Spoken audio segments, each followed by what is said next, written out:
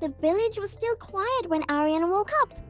The sun had just started to come up over the fields, painting everything gold, and somewhere outside, a rooster was making sure nobody slept a minute longer than they should. Aryan sat up in his sharp hay, heard the rooster, and was out the door before Daddy even had a chance to call his name. He ran into the courtyard barefoot, kurta half tucked, his hair still pointing in every direction from sleep. The morning air smelled like wet mud and marigolds and fresh roti from somewhere down the lane.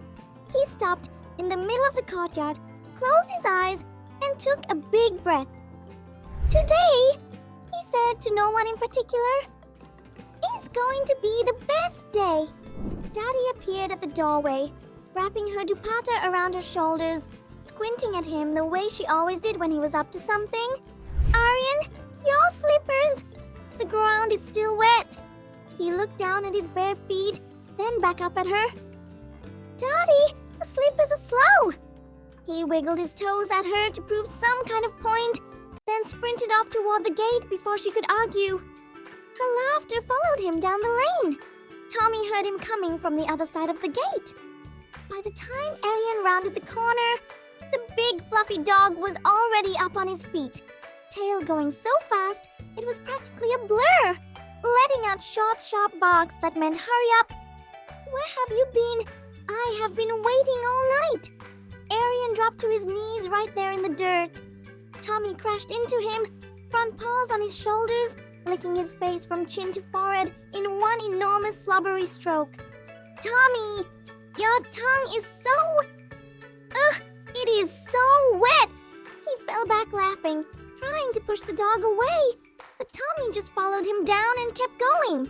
Aryan gave up fighting it and just lay there, giggling helplessly while Tommy stood over him like a shaggy brown bear who had won something. When he finally managed to sit up, he grabbed Tommy by the cheeks and looked him straight in the eyes. Did you guard the house all night? Tommy barked once, very loud. Aryan nodded slowly, the way serious people nod when they hear something they already knew. Good, he said. Very good.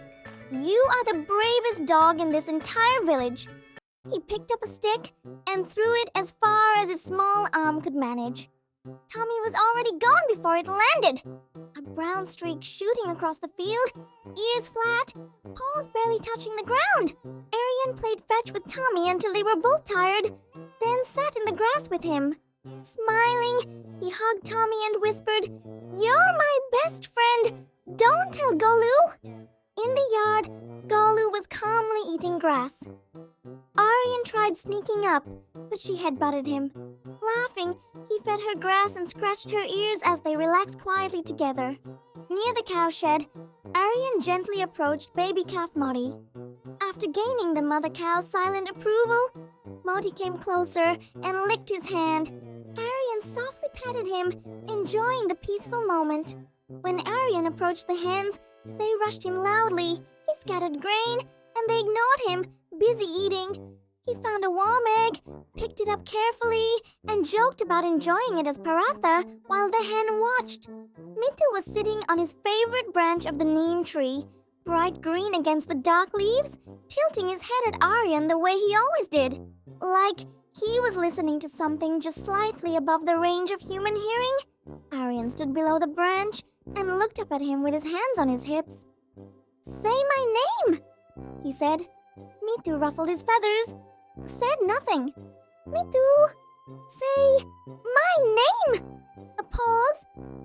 Then, in a voice like a small person doing an impression of a slightly larger person, "Aryan." Aryan spun around with his arms out. He could not believe it. He absolutely could believe it because this happened every morning, but he could not believe it.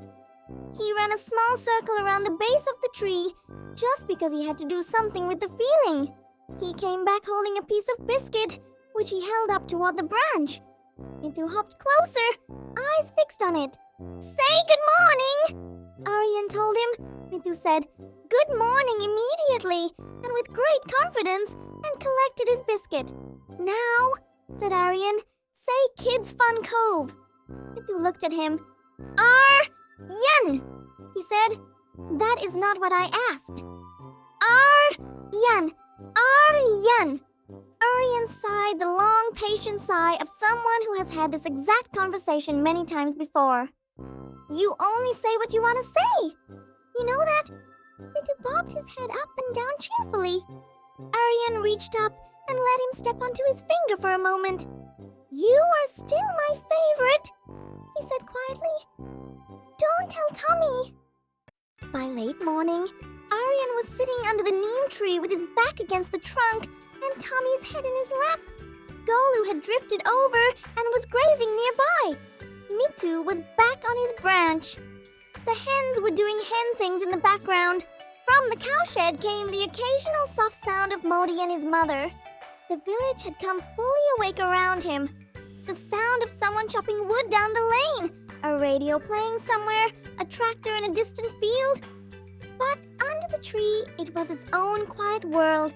Aryan stroked Tommy's ear slowly and looked out at the green field stretching away to the horizon. Daddy says, "When I grow up, I will go to the city," he said, to nobody in particular. Big school, big buildings. He paused. But the city doesn't have you, Tommy, or Golu, or Moti. He looked up at Mithu's branch. Or a parrot who refuses to learn the channel name. Aryan, said Mithu. Exactly, said Aryan. Aryan, breakfast is getting cold. Daddy's voice came sailing over the courtyard wall. He was on his feet before the last word finished, egg tucked carefully in both hands, running for the door. He stopped just once, turned back, and waved at all of them.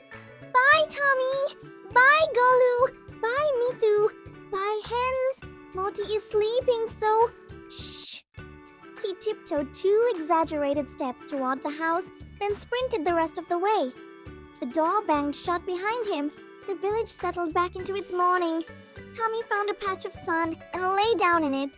Golu's bell jingled once, then was quiet. Mithu sat on his branch, tilted his head, and said absolutely nothing.